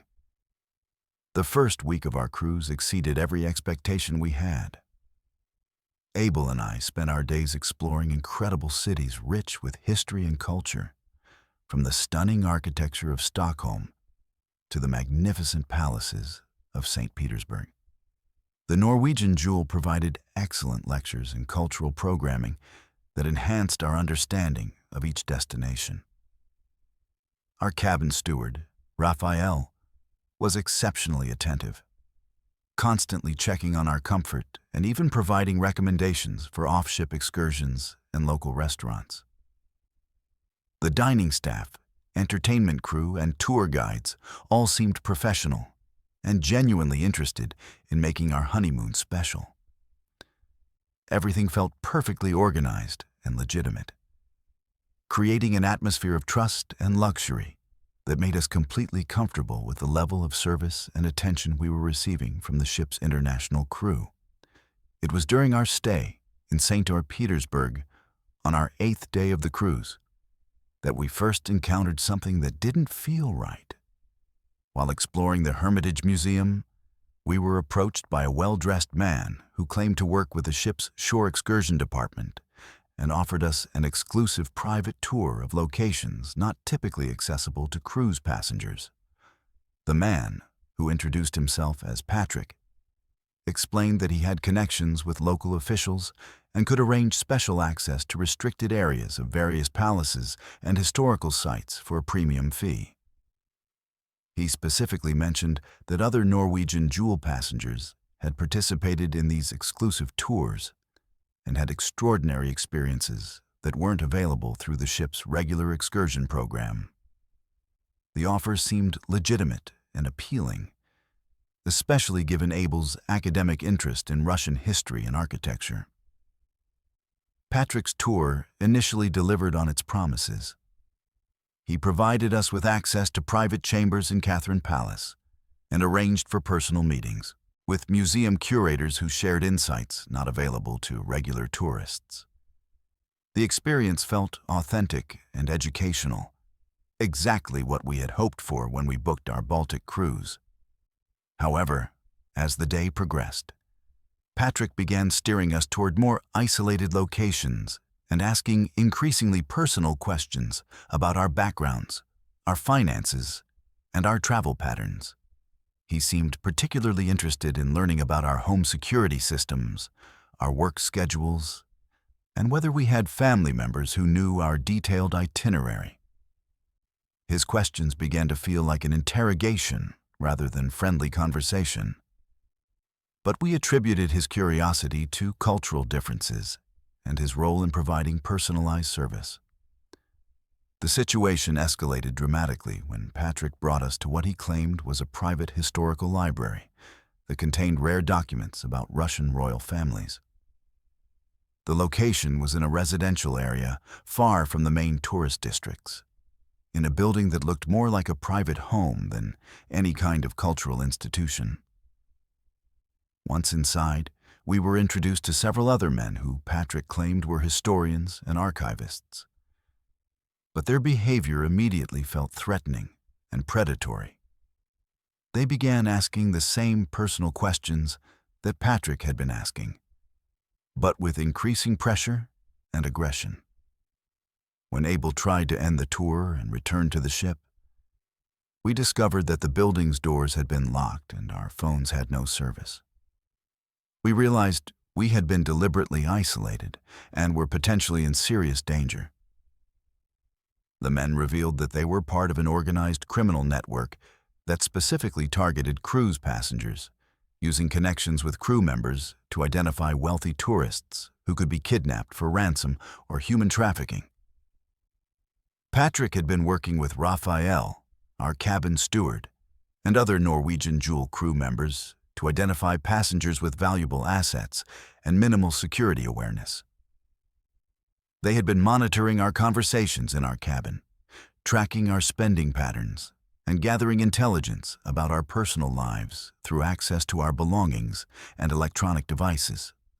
The criminal network had been operating for years, using the cruise industry's international crew, hiring practices, and limited background checking to place operatives throughout various ships and ports of call. What made the situation even more terrifying was learning that we weren't the first Norwegian Jewel passengers to be targeted by this network.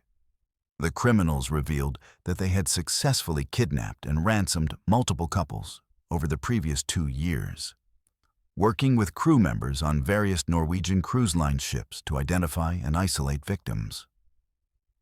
They explained that cruise passengers were ideal targets because they traveled with valuable jewelry and electronics, often carried large amounts of cash for shore excursions, and were typically isolated from their normal support networks while in foreign countries. The international nature of cruise itineraries made it difficult for law enforcement agencies to coordinate investigations, and the transient nature of cruise travel meant that disappearances could be attributed to accidents or passengers who had simply chosen to extend their stay in port cities. The criminal operation was sophisticated and well organized, involving corrupt port officials, taxi drivers, tour guides, and hotel staff in multiple Baltic cities.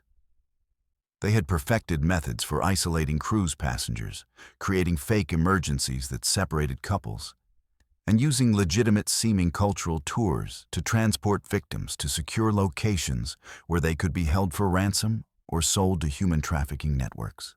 The network's connections with cruise ship crew members provided them with detailed passenger information, including cabin locations, daily schedules, shore excursion bookings, and even personal conversations that had been overheard or recorded in passenger accommodations.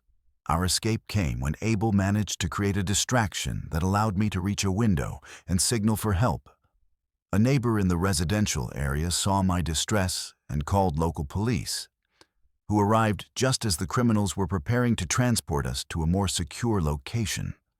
The rescue operation revealed the extent of the criminal network's operations, with police discovering evidence of multiple kidnappings, detailed surveillance files on cruise passengers, and connections to crew members on ships from several different cruise lines.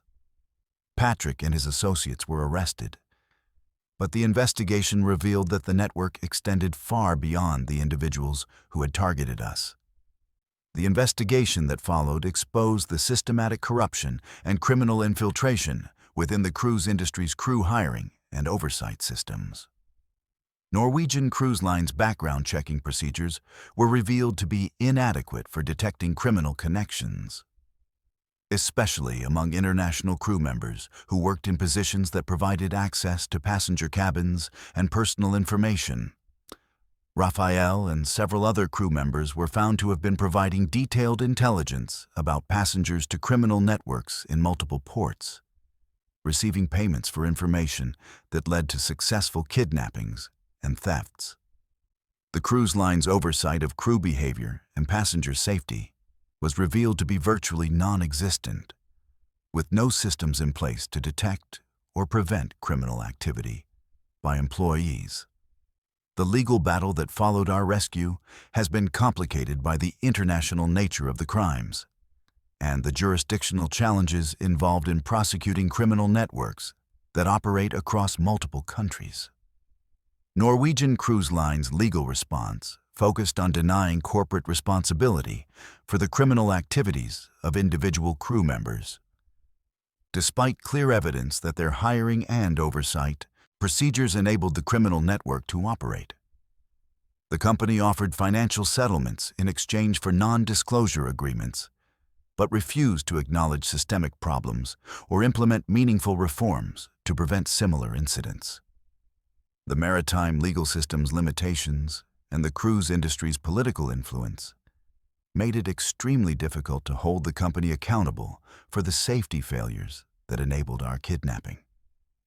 8 months later, Abel and I are still dealing with the psychological and financial consequences of our experience. We both suffer from post-traumatic stress disorder and have required extensive therapy to address the trauma of being kidnapped and the ongoing fear that criminal networks may still be targeting us. Our trust in the travel industry has been completely shattered, and we've had to implement extensive security measures in our daily lives to protect ourselves from potential retaliation or future targeting. The financial costs of our legal battle, medical treatment, and security improvements have been overwhelming, while the emotional costs of our experience continue to impact our relationship and our ability to enjoy life. We've connected with other cruise passengers who have been victims of similar criminal targeting, and the pattern of crew member involvement in passenger crimes appears to be widespread throughout the cruise industry. The international crew hiring practices, limited background checking, and minimal oversight create opportunities for criminal networks to infiltrate cruise operations and exploit passengers who believe they are safe and secure while traveling. Many victims are reluctant to come forward because of the complex legal challenges involved and the cruise industry's resources for fighting lawsuits and controlling negative publicity. I'm sharing our story because cruise passengers deserve to know that the crew members who have access to their cabins, personal belongings, and private information may be working with criminal networks that target tourists for kidnapping, theft, and human trafficking. The romantic appeal of international cruises and exotic destinations can mask serious security vulnerabilities that put passengers at risk of becoming victims of organized crime. The cruise industry's profit-focused hiring practices and minimal crew oversight create opportunities for criminal infiltration that passengers cannot detect or protect themselves against. Our dream honeymoon became a nightmare of kidnapping and criminal victimization that continues to impact our lives, and we want other couples to understand the risks they face when they trust their safety and security to an industry that prioritizes profits over passenger protection. My name is Ariella, and I'm a 24-year-old social worker from Denver. What I'm about to share with you happened during what was supposed to be the most romantic getaway of my life, but instead became a horrifying experience that still haunts every aspect of my daily existence. My husband Griffin and I had saved for over a year to book a 12-day repositioning cruise on Royal Caribbean's Anthem of the Seas, sailing from Barcelona to Fort Lauderdale in late October. We were particularly excited about the extended time at sea. 8 full days crossing the Atlantic with no port stops, just endless ocean and time together as newlyweds. Griffin works as a marine biologist, so the prospect of spending over a week in the middle of the Atlantic Ocean felt like the perfect honeymoon for us. We chose the repositioning cruise specifically because it offered luxury at a fraction of the cost of regular Caribbean itineraries, and the idea of crossing an entire ocean together seemed incredibly romantic and adventurous. Neither of us could have anticipated that our isolation in the middle of the Atlantic would become the setting for the most terrifying experience of our lives. The first few days of our cruise were absolutely magical. Griffin and I explored Barcelona and enjoyed the ship's amenities as we sailed through the Mediterranean towards the Strait of Gibraltar. The Anthem of the Seas is a massive modern vessel with incredible facilities, from rock-climbing walls to robotic bartenders. And we felt like we were staying in a floating city of luxury and entertainment. The passenger demographic skewed older, with most travelers being retirees who had the time for extended ocean crossings, which created a peaceful and relaxed atmosphere throughout the ship. The crew was professional and attentive, and everything felt perfectly organized and secure as we prepared for our long Atlantic crossing.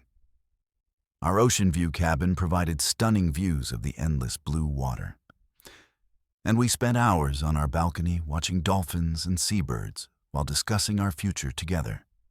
It was on our 4th day at sea, when we were deep in the Atlantic Ocean with no land visible in any direction, that we first noticed something that seemed impossible. While reviewing the photos Griffin had been taking of marine life from our balcony, we discovered images of structures that shouldn't exist in the middle of the ocean. In several shots of what should have been empty water, there were clearly visible artificial objects, geometric shapes that looked like building foundations, metal frameworks that resembled construction scaffolding, and even what appeared to be roads or pathways beneath the water's surface. Griffin's background in marine biology made him certain that these weren't natural formations or known shipwrecks, and their size and scope suggested something far larger than any documented underwater construction project. The structures appeared to extend for miles beneath our ship, creating a massive underwater complex that had no logical explanation. Griffin began taking more systematic photos and videos, documenting what we were seeing with scientific precision.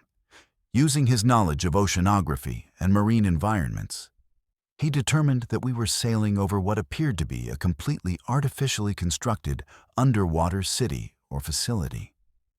The structures were too geometric and organized to be natural, too extensive to be shipwrecks, and too modern-looking to be historical ruins. Most disturbing, the complex appeared to be actively maintained, with lights visible in some areas and what looked like underwater vehicles moving between different sections of the facility. Griffin's marine biology training had never prepared him for anything like what we were observing, and his excitement at the potential scientific discovery was mixed with growing concern about what kind of operation could exist in such a remote location. Our attempts to research what we were seeing led us to the ship's internet system, but we discovered that our connection was being actively monitored and filtered. Websites about underwater construction, military installations, and oceanic research were blocked, and our search history was being tracked and deleted. When Griffin tried to upload his photos and videos to cloud storage for backup, the files were corrupted during transmission or failed to upload entirely. Most alarming, we began receiving automated messages on our cabin phone and through the ship's internal communication system, warning us about unauthorized photography of maritime operations and reminding us of the legal restrictions on documenting activities in international waters.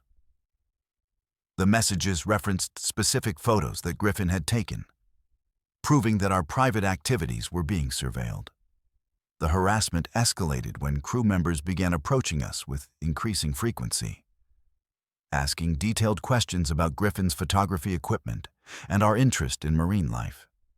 The ship's photographer, Brody, seemed particularly interested in Griffin's professional camera gear and repeatedly offered to provide official photos of marine life in exchange for Griffin's memory cards. When we declined, Brody became insistent and suggested that passengers weren't allowed to take their own photos of certain ocean areas for security and environmental reasons. The interactions felt increasingly threatening, and we realized that our discovery of the underwater facility had put us on the radar of people who had a significant interest in keeping it secret. On our sixth day at sea, Griffin was approached by the ship's security chief, Captain Jaziel, who informed him that his photography activities were being investigated for potential violations of maritime security regulations. Captain Jaziel demanded that Griffin surrender all of his camera equipment and delete any photos or videos he had taken during the cruise, claiming that passengers had unknowingly photographed restricted military installations, and that continuing to possess such images could result in serious legal consequences.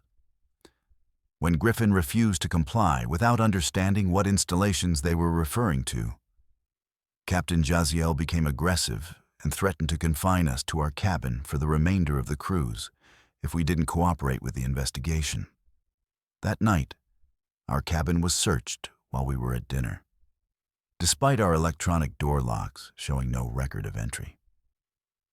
Griffin's camera equipment was missing, along with all backup storage devices and even our personal laptops and phones.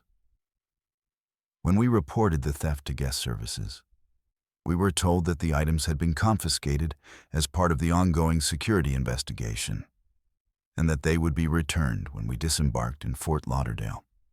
The staff insisted that no theft had occurred, and that we had voluntarily surrendered our electronics to security personnel, despite our protests that no such surrender had taken place.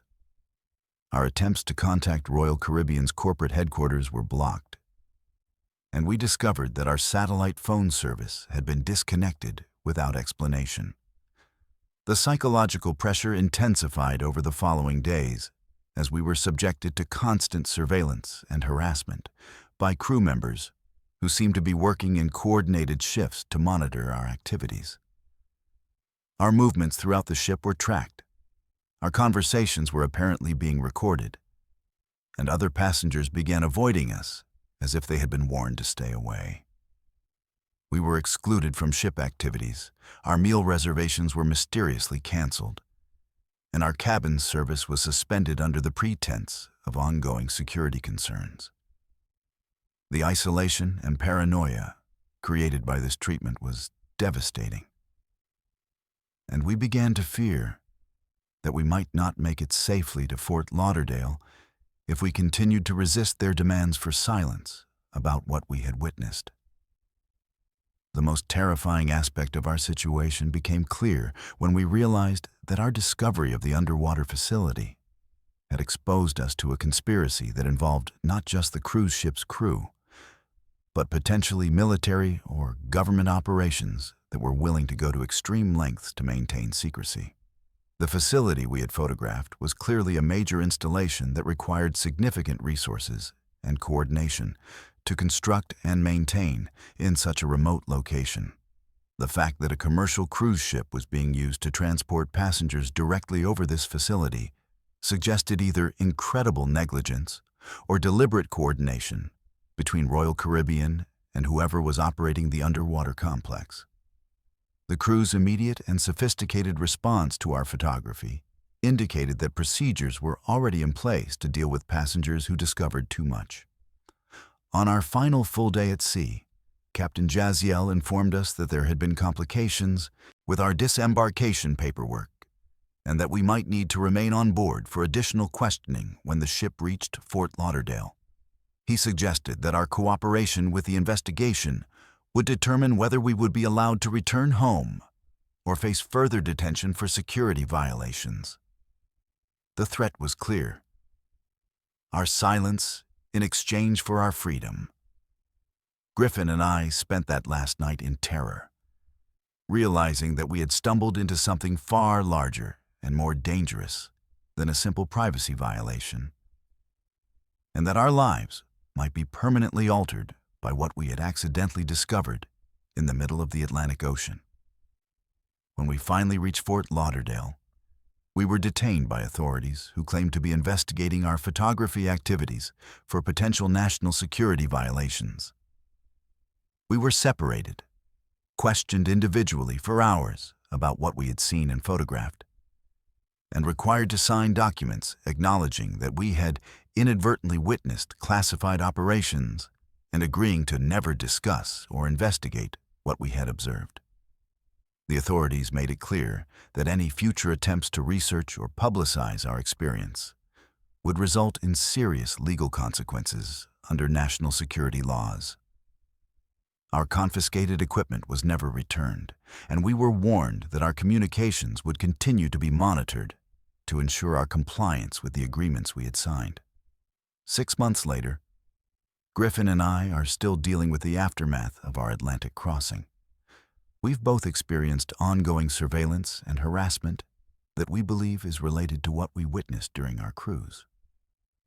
Griffin's career in marine biology has been compromised by his inability to discuss or research anything related to underwater installations or oceanic construction projects. Our trust in the travel industry and our government has been completely shattered by the realization that commercial cruise ships may be used to transport unsuspecting passengers over classified military or research installations. We've connected with other travelers who report similar experiences of surveillance and harassment after accidentally discovering or documenting activities that they weren't supposed to witness while traveling in international waters. I'm sharing our story because passengers deserve to know that their romantic ocean crossings may take them over facilities and operations that powerful interests will kill to keep secret. The isolation of being at sea for extended periods, combined with the legal ambiguities of international waters, creates opportunities for activities that would never be permitted near populated areas. The cruise industry's cooperation with military and government operations may put passengers at risk of becoming unwitting witnesses to classified activities, with devastating consequences for anyone who accidentally documents or discovers too much. Our dream honeymoon became a nightmare of surveillance, threats, and ongoing harassment that continues to impact every aspect of our lives. If you're planning an ocean crossing or extended cruise, be aware that you may encounter more than just beautiful seascapes and marine life. The vast expanses of international waters hide secrets that powerful organizations will go to extreme lengths to protect. And innocent passengers who discover too much may find themselves facing consequences that extend far beyond their vacation. Trust your instincts, protect your privacy, and remember that the endless ocean may not be as empty and peaceful as it appears. Thank you for watching, Mr. Nightveil. If these cruise ship horror stories have kept you on the edge of your seat, make sure to subscribe and hit that notification bell for more terrifying true tales. Share your own cruise experiences in the comments below. You never know what dark secrets might be lurking beneath those crystal blue waters. Until next time, stay safe out there, and remember, sometimes the most beautiful destinations hide the darkest truths.